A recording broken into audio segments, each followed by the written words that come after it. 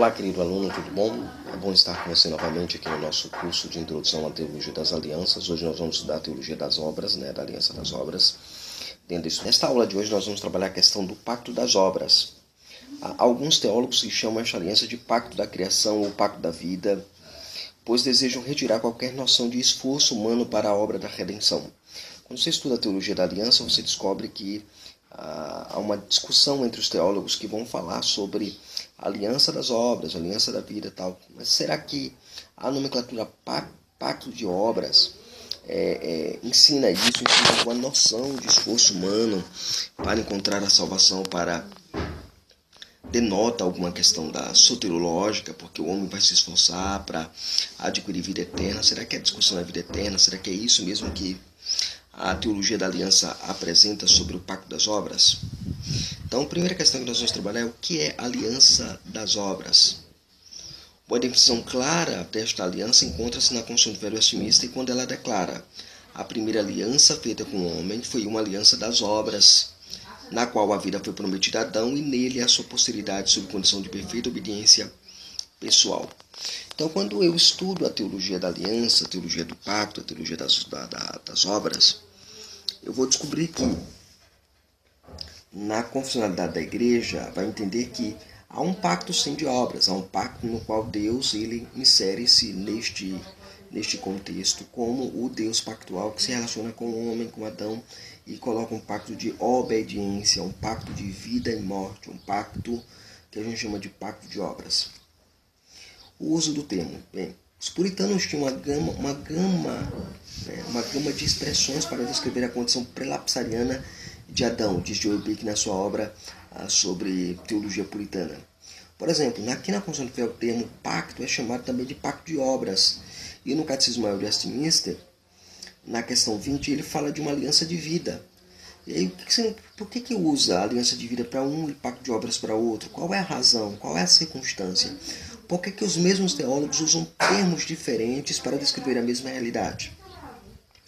É porque ao usar a expressão aliança de vida, descreve a aliança em conexão com a promessa, que é a vida, e não com a sua condição às obras. Então, a promessa está condicionada às obras, mas a condição própria disso é a promessa de vida. Deus promete vida a Adão mediante a sua obediência. Adão precisa obedecer. Daí chamar-se também pacto de vida, porque na sua obediência ele continua em comunhão com Deus. Na sua desobediência ele perde a comunhão com Deus. Esta é a relação muito clara, muito nítida dentro da teologia da aliança quando a gente estuda o pacto de obras. No estudo do pacto de obras nós percebemos que Adão, ele como cabeça federal, nós vamos ver isso mais adiante, aponta para essa relação de vida e morte, vida na sua obediência, morte na sua desobediência. Agora, um outro problema que se levanta quando a gente estuda a teologia da aliança é: há de fato uma aliança das obras com Adão no Jardim do Éden? Há alguns teólogos que têm sugerido que não existe indicação alguma de haver uma aliança adâmica. A gente conhece também como aliança adâmica. Então parece que alguns teólogos eles sugerem não haver nenhuma ligação entre a aliança de obras com Adão. Parece que no Éden não há uma doutrina da aliança das obras. E a maior problemática que você tem é o seguinte: a razão para esta questão está no fato de que a palavra pacto não aparece lá em Gênesis capítulo 2, versos de 15 a 17, onde Deus dá a ordem ao homem, dizendo assim: de todas as árvores do jardim comerás livremente, mas da árvore do conhecimento do bem e do mal, dela não comerás, porque no dia que dela comerdes, certamente morrerás. Quando a gente vê lá, e deu o Senhor Deus esta ordem, parece anunciar exatamente uma aliança de obras, uma aliança pactual, um estabelecimento pactual ali. Mas a palavra pacto não aparece lá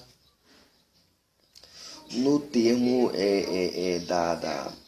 do estabelecimento desse acordo, dessa aliança. A palavra berite não ocorre. E por não ocorrer a palavra berite, os teólogos vão dizer assim: não há uma aliança de obras, não há uma doutrina do pacto aqui em Gênesis capítulo 2. Ao colocar isso, você fica à frente de um dilema porque a palavra não aparece. E a argumentação não aparece a palavra, certamente os enunciados usados ali não há também a palavra. E para alguns isso por si só invalidaria a crença de uma aliança do começo ou de uma aliança das obras. porque a palavra não aparece, então a teologia não deve ser formulada por causa disso. Há um problema nisso porque você tem, dentro da confessionalidade, dentro da teologia reformada como um todo, uma coisa chamada conclusão inescapável. A conclusão inescapável, a doutrina da conclusão inescapável, é um elemento interpretativo alocado na Confissão de Fé do Westminster, no capítulo 1º da Confissão de Fé, onde os três principais princípios de interpretação estão estabelecidos ali. Claro que há o fundamental, que é a Escritura, interpreta a Escritura, que é o princípio régio, é o princípio de rei, que governa toda a interpretação da Bíblia. Mas quem está comprometido com o Westminster, por exemplo, tem uma maneira de como interpretar a Escritura. E essa maneira está estabelecendo 3 pilares. Primeiro, o mandamento claro, um exemplo bíblico histórico e a conclusão inescapável, que seria a inferência teológica lógica, a dedução lógica, deduzido lógica e coerentemente, como diz lá na Confissão de Fé do Westminster. Então, primeiro, o mandamento claro. Eu não tenho lá, no Gênesis capítulo 2, eu não tenho lá a palavra sendo usada, pacto. Exemplo bíblico histórico a gente vai ver mais adiante, a gente vai ver aqui nessa aula mais adiante, que a palavra pacto não aparece, mas parece que a igreja veterotestamentária vai entender que ali em Adão havia um pacto.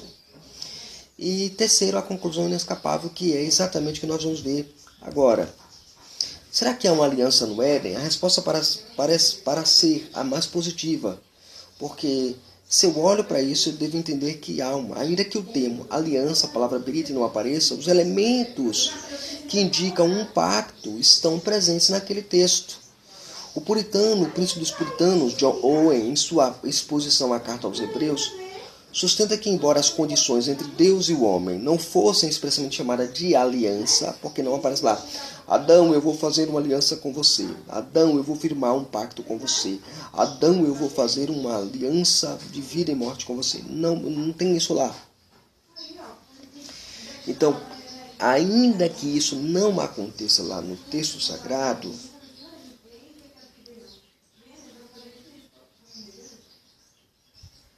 continuam a natureza explícita de uma aliança ali presente.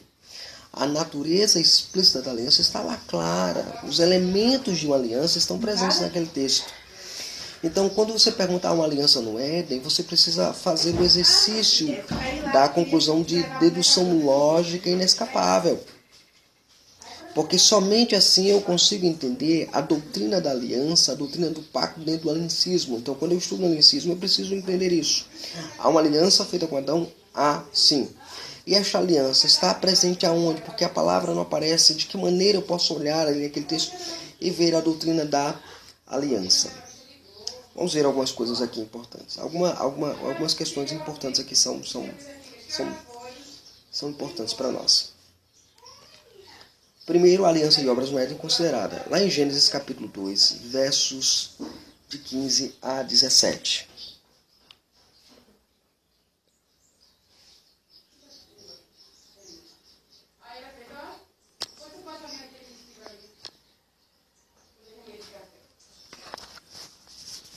Então, vamos ver aqui Gênesis capítulo 2, versos de 15 a 17.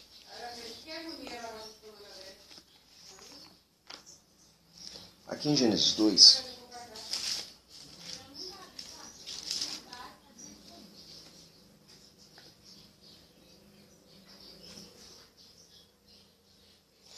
nos dito o seguinte, que o Senhor Deus deu esta ordem ao homem: de todas as árvores do jardim comerás livremente, mas a árvore que está no meio do jardim não comerás. Aliás, a árvore da ciência do bem e do mal não comerás, porque no dia que dela comer, certamente morrerás.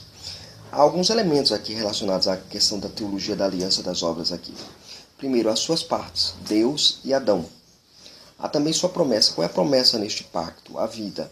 Se Adão obedece à promessa de vida, Adão precisava obedecer a Deus. Adão foi colocado como o vice-regente. Esse vice-regente, chamado Adão, deveria obedecer o Rei Supremo de todas as coisas, que é Deus. Havia suas condições. As condições eram a obediência. Adão, você pode comer livremente de todas as árvores, exceto desta árvore aqui. Adão ele tinha a obrigação moral. Por isso que a construção de fé e o catecismo vão falar que se exige uma obediência pessoal perpétua. Então, ela é uma obediência moral porque exige do homem essa obediência latente que ele tem a obedecer à aliança. Um outro elemento importante chamado-se a penalidade. Qual é a penalidade que tem quando você quebra a aliança? A morte. Então eu tenho as suas partes, o homem e Deus de um lado. Você vai ter a promessa que Deus dá a este homem, a vida, as condições para que o pacto se mantivesse de pé é a obediência, e a penalidade em caso de desobedecer, a morte. E é interessante porque lá no hebraico diz assim, certamente morrerás, mas no hebraico é certamente que morrendo morrerás. A ênfase do hebraico é um processo de declínio. Este homem entra em processo de declínio e vai morrendo progressivamente na morte espiritual e a morte física. Muito bem. Agora, lá em Oséias, capítulo 6, verso 7, você vai ter a seguinte expressão interessante. Eles, porém, como Adão, transgrediram o pacto. Nisso eles se portaram alevosamente contra mim. Aqui, Oséias, ele faz uma menção, um fato interessante. Ao anunciar a sua profecia contra o povo pactual, ele retroage isso até a pessoa de Adão. Então, ele diz, como Adão transgrediram o pacto, como Adão. É interessante porque quando ele usa essa expressão, é como se os escritores do Velho Testamento posteriormente chegassem à conclusão de que lá em Adão, em Gênesis capítulo 2, está estabelecido de fato uma aliança, um pacto. Nessa passagem nós vemos confirmada a posição de que no Éden Deus havia firmado um pacto, havia firmado uma aliança com Adão. Mesmo a palavra pacto não aparecendo no texto de Gênesis. Mesmo que essa palavra não estivesse ali, os escritores posteriores da construção da revelação, lembra lá a base da pirâmide hermenêutica, né, que a gente geralmente estuda, você tem lá a lei, o Pentateuco. No Pentateuco você tem a construção de toda a interpretação escriturística. Há uma progressividade na interpretação e na revelação.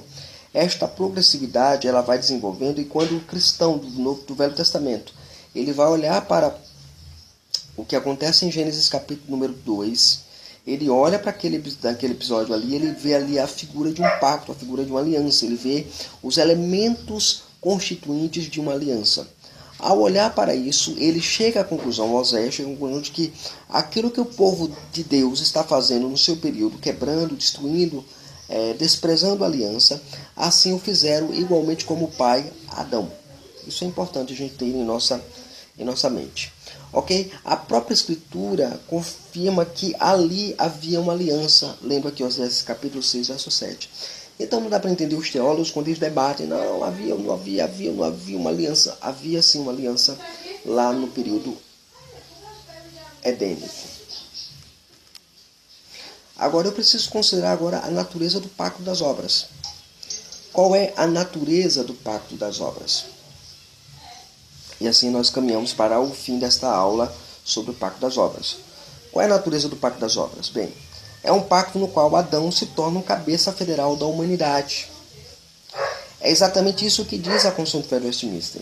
Este pacto coloca Adão como nosso representante, conforme vemos na Confissão de Fé de Westminster, que diz que o pacto foi feito com Adão e nele a sua posteridade. Então, Adão é o cabeça federal do pacto das obras. Então, quando eu olho para essa perspectiva, eu posso entender que o homem, quando é criado lá no Éden, ele se torna o meu representante. Ele é o representante do povo de Deus. Ele é o representante do povo da aliança. Ele é o representante pactual. E quando ele cai, como um representante federal, quando ele cai, toda a raça humana cai com ele. Se ele mantivesse de pé todos os seus descendentes, a sua posteridade, como é usado aqui na Confissão de Fé, de fato estaria em pé com ele. Então, tanto Adão quanto os seus descendentes estão debaixo desse mesmo pacto. Agora, um texto que confirma isso é lá o texto de Romanos capítulo 5, versos de 12 a 14, que nos lembra que há um paralelo entre o primeiro Adão e o segundo Adão. O primeiro Adão, ele foi alguém que trouxe a morte e o pecado ao mundo. E por causa de Adão, toda a raça humana, diz Romanos, passou a ser devedora do pecado, ou seja, uma população, uma descendência pecaminosa. E ele vai dizer assim que a morte e o pecado reinaram desde Adão até Moisés, mesmo sobre aqueles que não transgrediram da mesma maneira que Adão. Então, não é porque Adão, eu não sou culpabilizado pelo pecado de Adão comer do fruto da árvore, não. Eu sou culpabilizado, né, nessa questão da aliança, porque Adão transgrediu a ordem expressa de Deus. O fato de ele desobedecer a Deus, isso me é imputado como transgressão minha também. É como a doença cancerígena. Ela assume um controle sobre um tecido do organismo e se alastra como um todo. Assim foi o pecado de Adão. Adão, como nosso representante pactual, ele traz para nós, ele nos dá como legado, como herança isto. Uma outra figura que a gente poderia dar como cabeça federal é quando, por exemplo, o presidente da República ou, por exemplo, o embaixador da República arruma um conflito com uma outra embaixada, levando toda a nação aqui a responder por aquilo que ele havia feito. A culpa é dele, mas toda a nação sofre as sanções disso. É por isso que quando você lê na Escritura, por exemplo, o pecado de um afeta o pecado da comunidade. Por isso que a doutrina da aliança ela aponta para um envolvimento pactual de toda a comunidade. A exemplo disso você verá o caso de Acã, quando ele rouba a capa babilônica, ele esconde a capa babilônica, e Israel vai lutar contra Ai, lá em Josué capítulo 7, e aí Josué diz que Israel perde contra Ai, uma cidade pequenininha de nada. E aí Josué vai reclamar com Deus. Deus diz, olha, Josué, Israel pecou. E aí começa todo um processo investigativo. Foi apenas um indivíduo que pecou, foi Acã. Mas a Escritura mostra que toda a comunidade peca junto com Acã. Adão, por transgredir a lei de Deus, trouxe a maldição para o mundo, ou seja, para a humanidade. Basta você olhar Gênesis capítulo 13, verso 17, que diz, maldita é a terra por tua causa. Um outro elemento importante aqui sobre a natureza deste pacto é que é um pacto de vida. O segundo elemento importante sobre a natureza do pacto de obras é que trata-se de um pacto de vida e morte. Que tipo de vida? Seria uma vida eterna? Seria a comunhão com Deus? Essa é a discussão. Há muita discussão também sobre isso. Por exemplo, o Dr. Al Palmer Robertson, no seu livro, vai dizer que é um pacto de vida, que se relaciona apenas com a vida. O Dr. Gerhard Van Droning vai dizer que é um pacto de comunhão. Entretanto, parece-nos que o pacto com Adão era pacto de vida que envolvia permanência na comunhão divina. Os teólogos puritanos entendiam que a aliança das obras era possível para Adão obedecer porque havia uma ação graciosa de Deus em relação a Adão. A Deus graciosamente preservava Adão e dava condições de Adão obedecer. Por isso que diz o catecismo que ele tinha capacidade de obediência a esta lei, a este pacto. Adão, em sua obediência, se manteria em comunhão com Deus. Na transgressão do pacto, ele certamente morrerá e se tornaria, ou se torna uma realidade. Quando Adão, ele transgride, ele não morre de imediato. O que ele perde? Ele perde comunhão com Deus. E aí a vida e a morte se estabelecem. A vida e a morte estavam relacionadas neste pacto com Adão. A vida aos que obedecem e morte na desobediência. O desfrutar na comunhão com Deus era a vida, como nós aprendemos em Gênesis capítulo 3, verso 8, quando Deus vinha em comunhão com Deus, a comunhão com Adão, conversar com Adão, era a vida. Mas a transgressão era o exílio e a morte. Gênesis capítulo 2, verso de 15 a 17, promete exatamente na desobediência a morte. E por isso, em consequência desta morte, o homem ele é exilado do paraíso em Gênesis capítulo 3, verso 21. E diz o texto que Deus expulsa Adão e Eva do jardim do Éden por causa do pecado que transgridem contra a sua vontade. Então, quando nós estudamos a teologia do pacto das obras, nós entendemos que o homem, pós-queda, continua debaixo deste pacto das obras, porque a maldição continua ali presente. O homem deve obedecer à lei de Deus, o homem deve obedecer à vontade de Deus, o homem deve seguir sempre a vontade de Deus revelada na sua palavra. Mas agora ele é incapaz de guardar esta lei, de obedecer este pacto, de viver sob este pacto. Então é isso que nós aprendemos aqui no pacto das obras. Deus abençoe.